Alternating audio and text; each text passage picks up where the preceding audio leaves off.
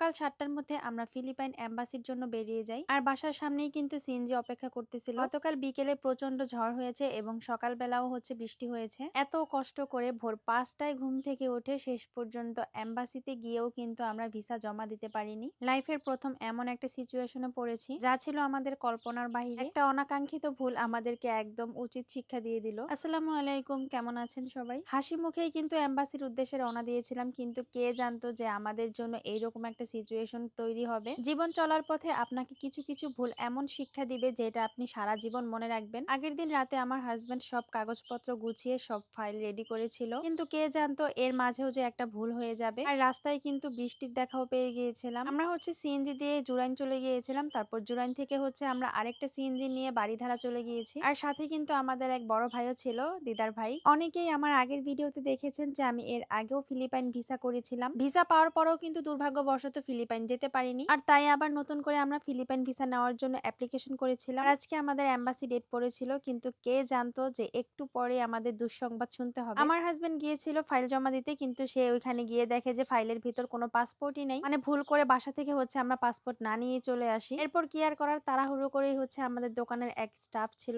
Phone করেই হচ্ছে বাসা থেকে পাসপোর্ট নিয়ে আসতে বলি। এইদিকে হচ্ছে এম্বাসির লাস্ট সময় দিয়েছিল আমাদের 11টা পর্যন্ত। হাতে সময় ছিল 1.5 ঘন্টা। বিপদ যখন আসে তখন চারোপাশ দিয়ে আসে। এই সিএনজিতে করে আমাদের পাসপোর্ট নিয়ে আসতেছিল, ওই সিএনজি মাঝখানে 2বার নষ্ট হয়ে যায় রাস্তায়। এখানে আরো দেরি হয়ে যায়। এদিকে সবাই ফাইল জমা দিয়ে চলে যাচ্ছে এক এক করে। ছেলেটার এত পরিমাণে ক্ষুধাও পেয়ে গিয়েছিল। এরপর পাসপোর্ট আমাদের হাতে পৌঁছালো 12টা বাজে, কিন্তু তখন আর জমা দিয়ে কোনো লাভ হলো না, আমাদের ফাইল আর জমা নেয়নি। তো কষ্ট করে মুন্সিগঞ্জ থেকে পাসপোর্ট আনালাম। আর এইদিকে দোকানের ছেলেটাও প্রচুর কষ্ট করলো আমাদের জন্য, কিন্তু কোনো লাভই হলো না। এরপর সিএনজি নিয়ে আবারও আমরা চলে যাচ্ছিলাম গুলশানে। গুলশানেও কিন্তু একটা কাজ ছিল, সকালে কোনো খাবারও খাইনি। আর এইদিকে এত কষ্ট করে এসেও ভিসাটা জমা দিতে পারলাম না, এমনিতেই মনটা খারাপ। আর এইদিকে বিল্ডিং এর লিফট 12টা থেকে 2টা পর্যন্ত বন্ধ ছিল, হেঁটে উঠতে যে কি পরিমাণে কষ্ট হচ্ছিল। এরপর আমরা ফাইনালি প্রাইম ইন্স্যুরেন্সে চলে আসলাম। এখানে আসার কারণ হলো আমরা ট্রাভেল ইন্স্যুরেন্স করব, আরেকটা দেশের ভিসার জন্য ট্রাভেল ইন্স্যুরেন্সটা লাগবে। শরীরটা এত পরিমাণে খারাপ লাগতেছিল, আর এইদিকে আমার ছেলেটাও খুবই ডিস্টার্ব করতেছিল। 1.5 ঘন্টার মধ্যে আমাদের কাজটা হয়ে গেল। এরপর আমরা লিফট দিয়ে নিচে নামলাম। আর দেখেন আমি আর দাঁড়ায় থাকতে পারছিলাম না, এতটা ক্লান্ত ছিলাম। এইদিকে হচ্ছে পাঠাও থেকে আমাদের জন্য গাড়ি আসতেছিল। তখন বাজে 3টা, মানে সকাল থেকে একদমই খাওয়া দাওয়া নাই, শুধু জার্নির উপরেই আছি। এরপরে 4টা বাজে হচ্ছে আমরা কদমতলি চলে আসলাম কাচ্চি ভাইয়ে। সবারই অবস্থা খুবই খারাপ হয়ে গিয়েছিল।